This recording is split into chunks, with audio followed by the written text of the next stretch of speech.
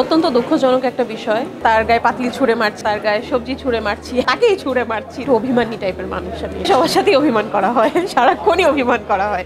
আমি রাগী, এটা সত্য কথা, কিন্তু খুব একটা আউটবার্স্ট আমার হয় না, একদমই হয় না। কিন্তু হ্যাঁ, একটু অভিমানী টাইপের মানুষ আমি, এটা সত্য কথা।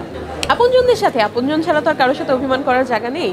তো সেই অভিমানের জায়গাটা যাদের ভালোবাসি অনেক বেশি, পরিবারের বাবা মা ভাই, তাদের সাথেই অভিমানটুকু থাকে, আর কার সাথে থাকবে। না, বাইরে কারোর সাথে অভিমান করা হয়নি, কারণ বাইরের কাউকে ওইভাবে আপন হিসেবে দেখিনি। যারা কলিগ তারা কলিগ, যারা ফ্রেন্ড তারা ফ্রেন্ড, কিন্তু একদম আপনজন পরিবার। পর্দায় সবার সাথেই অভিমান করা হয়, সারাক্ষণই অভিমান করা হয়। মোশাররফের সাথে অভিমান কিরকম ছিল?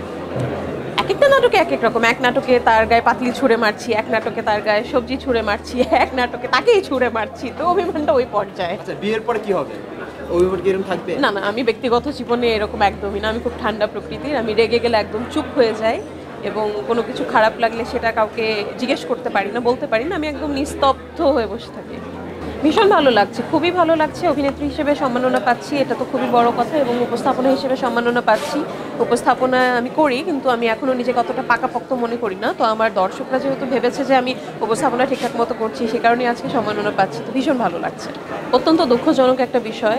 যতবার দেখেছি বুক ফেটে কান্না এসেছে, কারণ আমাদের প্রত্যেকেরই ভাই বোন আত্মীয় স্বজন ছোটো ছোটো আছে, এবং বাচ্চারা তো শিশু, এরা তো এঞ্জেল আমার কাছে, একদম ফেরেস্তা। তো এদের সাথে এত বড় একটা দুর্ঘটনা ঘটে যাওয়াতে, যেটা হচ্ছে আমাদের একটু সচেতন হতে হবে। সব স্কুল কলেজ ইউনিভার্সিটি সব জায়গায় ফায়ার এক্সটিংগুইশের যে একটা ট্রেনিং, এটা সবসময় নিতে হবে, ম্যান্ডেটরি আমি মনে করি। এবং প্রত্যেকটা ইনস্ট্রুমেন্ট ঠিকঠাক মতো আছে কি না প্রত্যেকটা শিক্ষা প্রতিষ্ঠানে, এটা খুব জরুরি। এটা সবার একটু মিলে সচেতন হতে হবে। আমি নিজেকে মানুষ না করতে পারলে আমাকে কেউ জোর করে মানুষ করতে পারবে না। কবে যে মানুষ হবো, এই প্রশ্নের উত্তর শুধুমাত্র আপনিই দিতে পারবেন। আপনি কবে মানুষ হবেন, আমি কবে মানুষ হব, যার যার একান্ত ব্যক্তিগত বিষয়। প্রত্যেককে আমি অনুরোধ করব, এখন আমরা প্রচণ্ড হিংস্র হয়ে গেছি, আমাদের ভেতর থেকে এই অ্যাগ্রেশনটাকে বের করে সহানুভূতিটা নিয়ে আসে। আমাদের ভেতরে সহানুভূতি, নম্রতা খুব কমে গেছে, যেটা একদম বাস্তব কথা। তো সবাইকে অনুরোধ করবো আরেকটু দয়াশীল হতে, আরেকটু মানুষকে 2 ধাপ বেশি ক্ষমা করতে, আরেকটু ধৈর্য ধরতে, আরেকটু রাগ কম।